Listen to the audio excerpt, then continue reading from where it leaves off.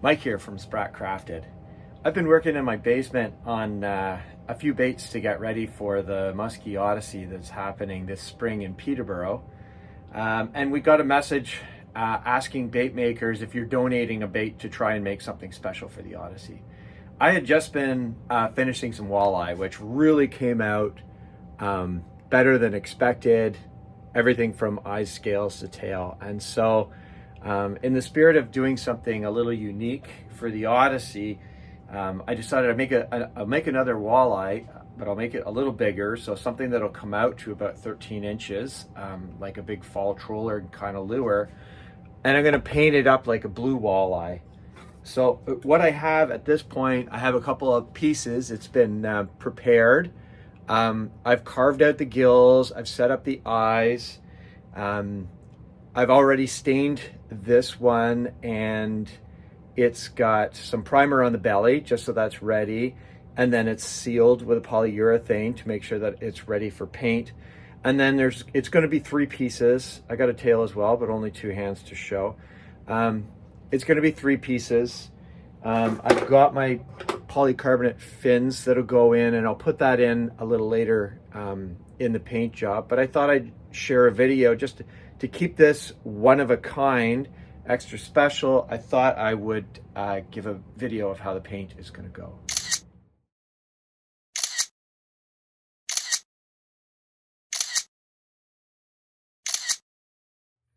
I'm just going to show you, before we get to paint, I'm just going to put together a dry fit of all the fins and how they fit in.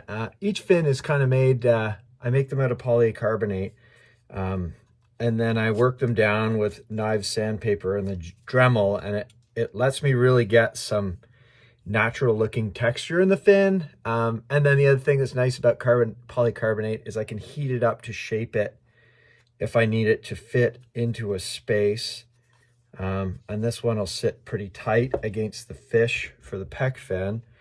I didn't put in the belly fins here just because they often will impede the action of the lure in the water, and I do want this to be something that someone can fish with when it goes into an auction. You never know if it's going to go for a high price or a low price.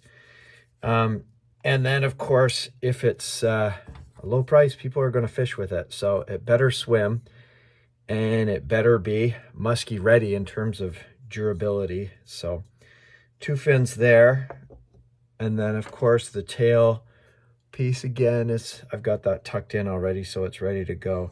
So this is the outlay that I've got, and you can see before paint, the grain of the wood is still showing through, which is always nice. It's going to sit a little further apart by the time I get the joints built into it. But I love the way the lip is sitting. I love the way all the fins are sitting. And I'm really excited to actually lay some paint on this. I have to admit, I've never painted a blue walleye before. So this will be unique and special and fun in a lot of ways. My goal in this case is I'm going to use some layering. I have a couple of really nice blues from Createx. I'm hoping to layer those to create something that'll give sort of that natural blue color that you see. And I think I'm going to have to lay it over a base of gold. I like the gold because it's more opaque. And then if I need something that's more translucent, I have a Createx Pro one. That comes in really nice. The other one that I think is really cool, and I see in many photos, is that there is absolutely some chartreuse colors or some green colors that exist in a blue walleye.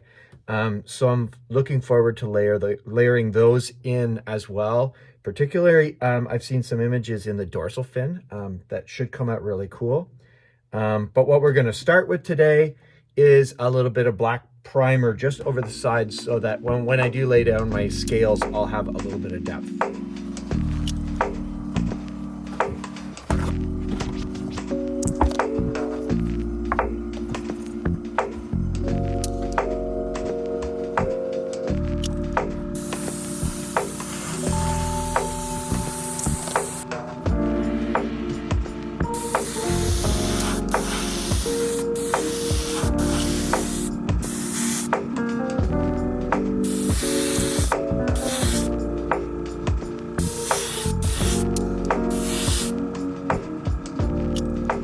just taping off the lip of this lure. There's a few things that I like to do to my crankbaits to make sure they're extra special, because I do admit I spend way too much time working on each one, to a fault in a lot of ways. But one of the things that I'm not a super fan of is that sort of trapezoid tape mark on the bottom of a lip. I find that it just kind of it shows a little too much. It doesn't look super natural in the water. So I like to use lots of little pieces of tape when I'm masking off the lip and try and make a smooth line around the bottom of the lip. And then the other thing that I do with this guy is I did my priming before the lip went on, and that way there's some white coloration underneath the lip. So when you can see through the lip, anywhere you can see through the lip, you're going to see a natural belly color of the fish. I know I also insist on polishing the edges of my lip. You can't see that now, obviously, under the tape, but having them polished just really leaves a nice finish. And in some cases, my lures never actually hit the water. They go on really nice display stands. And if that's the case, that lip has to be as nicely finished as the acrylic stand that it sits on. I'm going to start with a little white. Normally, when I'm doing a walleye like this, I always like to leave the wood grain in the top of it. I think it leaves a pretty natural look, and it also confirms that there's been that much effort put into the carving to confirm that it's made of wood. But it also means that overspray is my enemy, so I try to be very careful. Right now, I want to leave sort of a soft, natural line from the belly working up, and then I'm going to work some color over top of that before laying scales.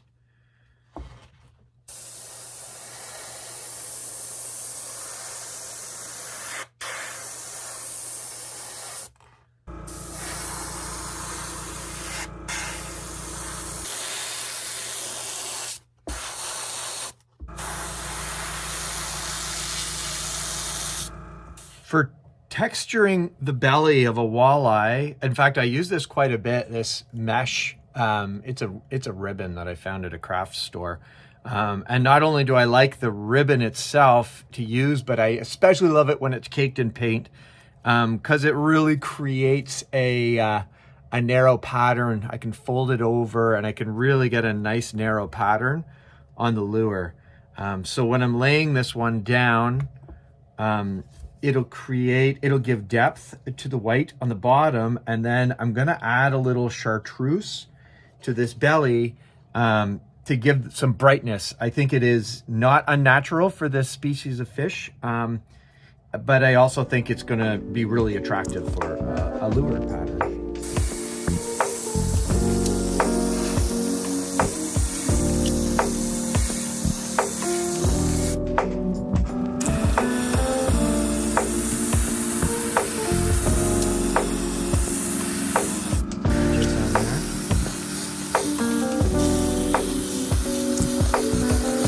Now I'm going to do something similar with chartreuse over top of the white. The chartreuse that I use is translucent, which has both advantages and disadvantages. It means that I can build up some chartreuse through my pattern, but it means I can also spray right over the top to soften what is going to end up being underneath the scales.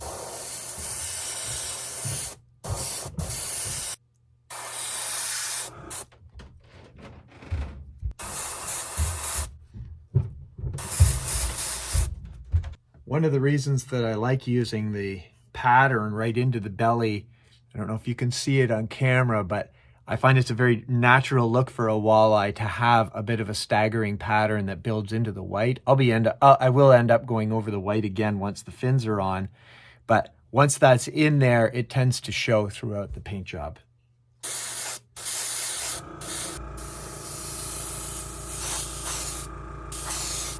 I don't know how well you can see that color, but I've achieved a really nice green with some highlights in that chartreuse. And it really layered nicely over a little bit of black primer on top of a dark stain on the wood. While my lure is drying, I'm just going to add a little bit of this chartreuse while it's in the brush. to the fins. I never want to have to paint after a clear coat on the fins, so I try and do as much as I can before they go into the lure.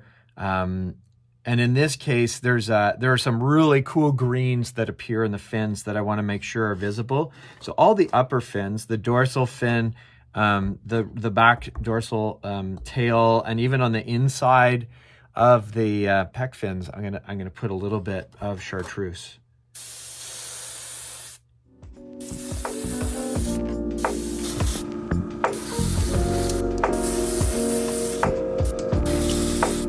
For the scales on my walleye, I'm using a pretty fine mesh that I've got.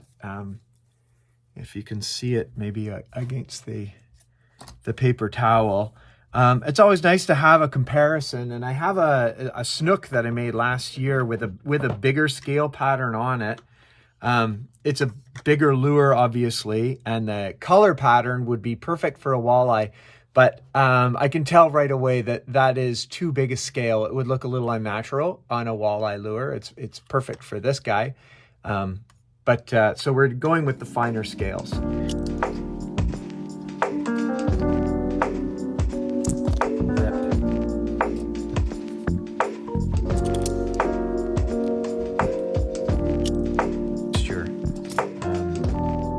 Also, it's nice to not waste materials when we're making lures, because we definitely go through a lot of stuff. And it's not nice not to fill up the garbage with things we don't need to.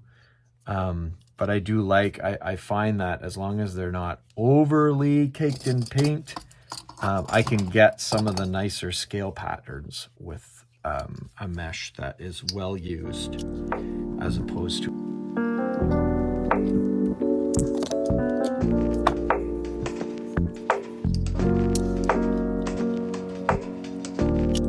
For my scale pattern, I'm going to start with my opaque gold to build up the lower scales, which I find generally tend to be gold on these fish.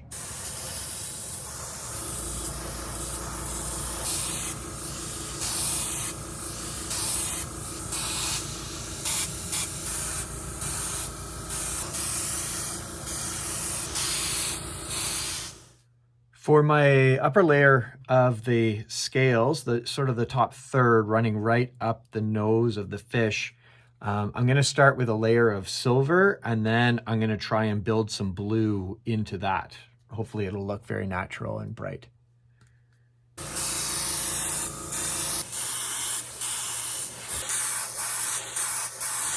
The last color that I'm going to lay in my pattern is this bright blue color. Normally I would put it over white if I wanted it to be fully opaque, but in this case, it's really important to me that I save the wood grain on the back of the lure, and that it's a very soft introduction of scales down the side. So I'm going to lay it over the translucent silver in hopes that it works out nicely.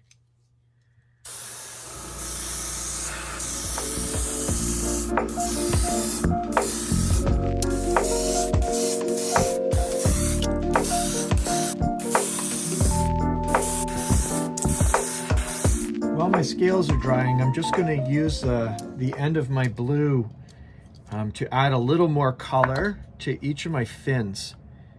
Because they're carved, it gives me the luxury of, I don't have to mask anything. I can just spray from an angle, and I'm almost spraying, I'm almost painting entirely with overspray. But what it does is it brings out the pattern of the carving, but it leaves the polycarbonate translucent.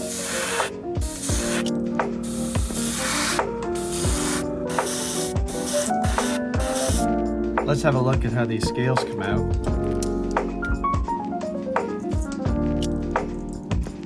I certainly like the colors.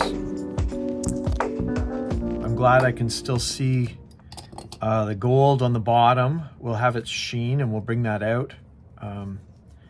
And our next layer, I can see the gold very well, and it's a nice soft transition into the blue.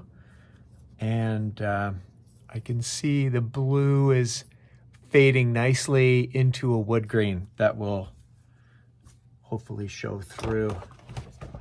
The wood grain also, it really shows, it's more pronounced once the clear coat, the first clear coat goes on. It's really evident. Nice golds, nice blues, very obvious what this is turning into when we lay this down. And we get a nice picture of the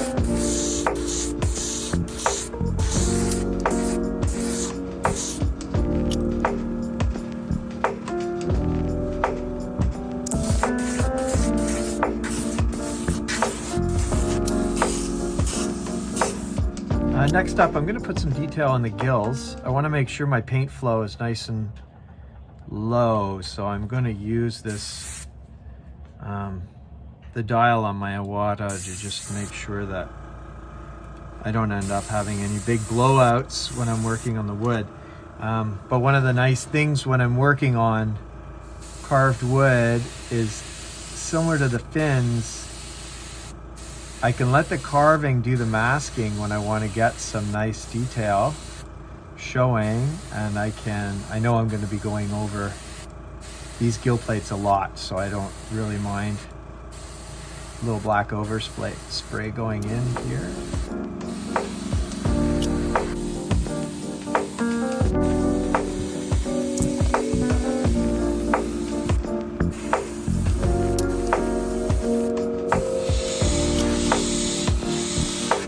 What ends up happening is that all of the carving ends up being very accentuated when you spray on an angle, and it lets me build it up a little bit before I put some detail into the gill plate in the eye area. While I have black in the brush, I'm going to take a minute to put a little more detail into my fins. I'm hoping not to wash away the blue that I put on last time. Open that up a bit. But I do want that really nice contrast that I get from the black.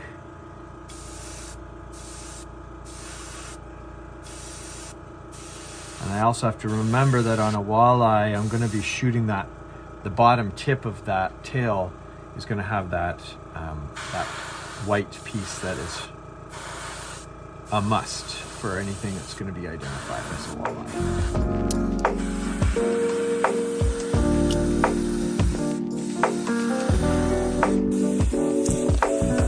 Certainly got the dorsal fin effect that I was looking for.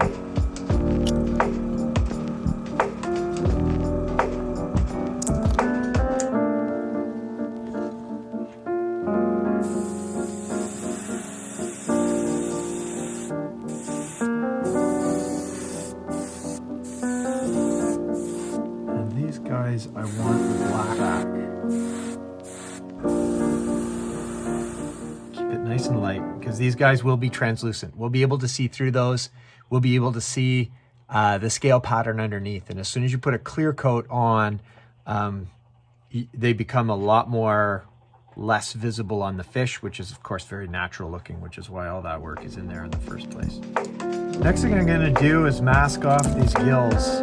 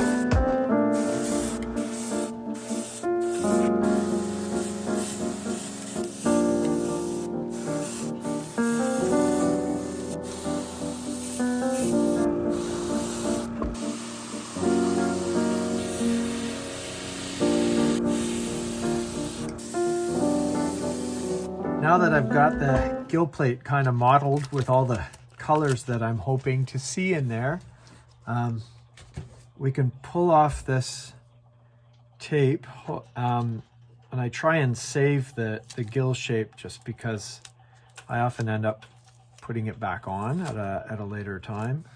So we keep each piece. I don't know if you can see in the light there. I got a nice, I'm in a nice spot now. I'll just touch up some white and then it'll be time to glue in the fins. Just gonna add some white, first of all, to the anal fin. And then of course we need the tip of the tail needs to be white.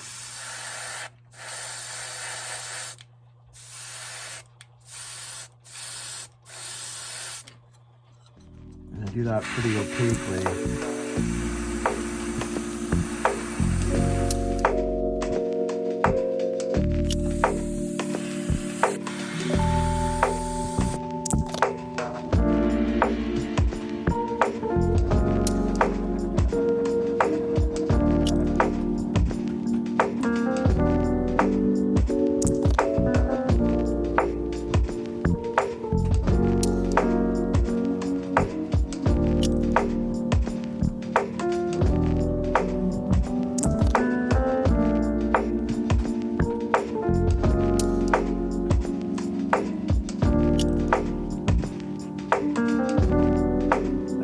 That middle section.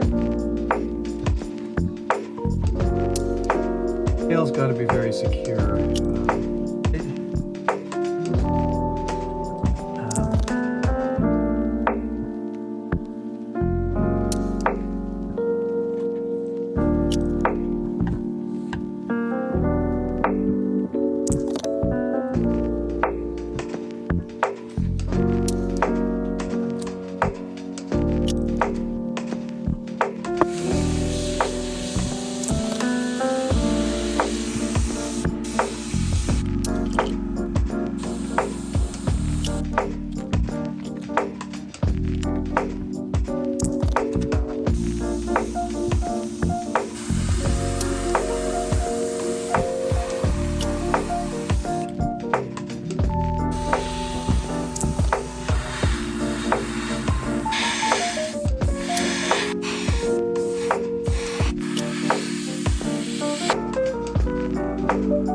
I'm gonna put my clear coat on now. Most of my colors are laid. When it's a carved lure, the first clear coat in particular, I like to put on super thin.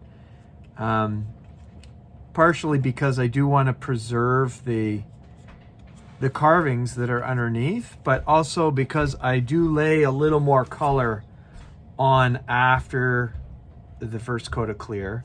That's also when I like to put the eye on between coats, because a glass eye doesn't need 2 coats of clear coat. The colors are definitely going to pop when you put the clear coat on. Hopefully you guys can see that through the camera. All the blues and the golds and the yellows, they really come out under a clear coat. So I think this is going to look really good when it's all done.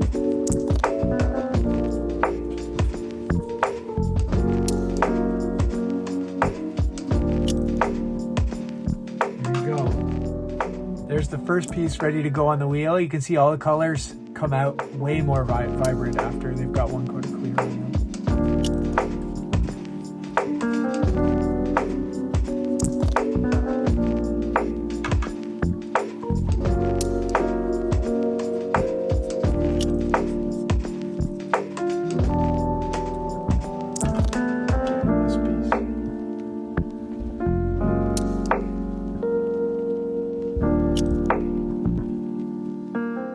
This is the 4th walleye I've made this month, and so I made a batch of walleye eyes, and I think these ones really came out well. They did a nice job of capturing the reflective part of the pupil, and then also that really dark brown that surrounds them, and it creates something that's pretty characteristic. Love this outcome. you.